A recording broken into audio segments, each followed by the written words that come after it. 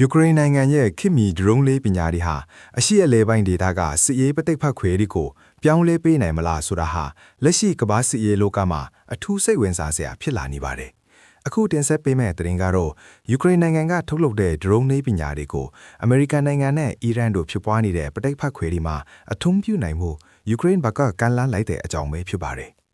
ယူကရိန်းသမ္မတဇလန်စကီဟာမကြာသေးမီကပဲရိုမေးနီးယားနိုင်ငံနဲ့ဒရုန်းထုတ်လုပ်မှုဆိုင်ရာပူးပေါင်းဆောင်ရွက်ရေးသဘောတူညီချက်ကိုလက်မှတ်ရေးထိုးခဲ့ပါတယ်။ဒါအပြင်အမေရိကန်နိုင်ငံနဲ့လည်းအကြီးစားဒရုန်းထုတ်လုပ်ရေးစီမံကိန်းတွေကိုပူးပေါင်းလှုပ်ဆောင်မှုစံတားရှိနေပြီးလက်ရှိအချိန်မှာအင်ဖျူလော်ရဲ့အတီးပြုချက်ကိုစောင့်ဆိုင်းနေရဆဲဖြစ်ပါတယ်။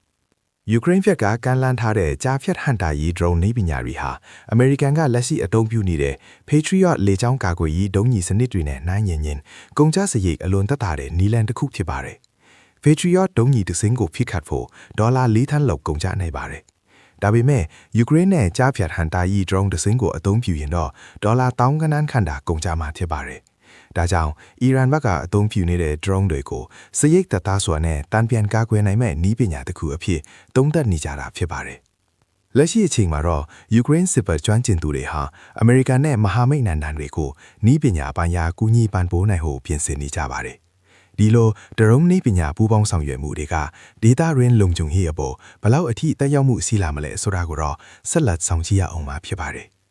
လူကြီးမင်းတို့အနေနဲ့တော့ယူကရိန်းရဲ့ဒီနည်းပညာဟာအရှေ့အလယ်ပိုင်းဒေတာကစစ်ရေးပဋိပက္ခခွေတွေကိုအမှန်တကယ်ပြောင်းလဲပေးနိုင်မယ်လို့ထင်မြင်ပါသလားခင်ဗျာ။မိမိတို့ရဲ့အမြင်တွေကိုလည်းဝင်ရောက်ဆွေးနွေးပေးနိုင်ပါတယ်ခင်ဗျာ။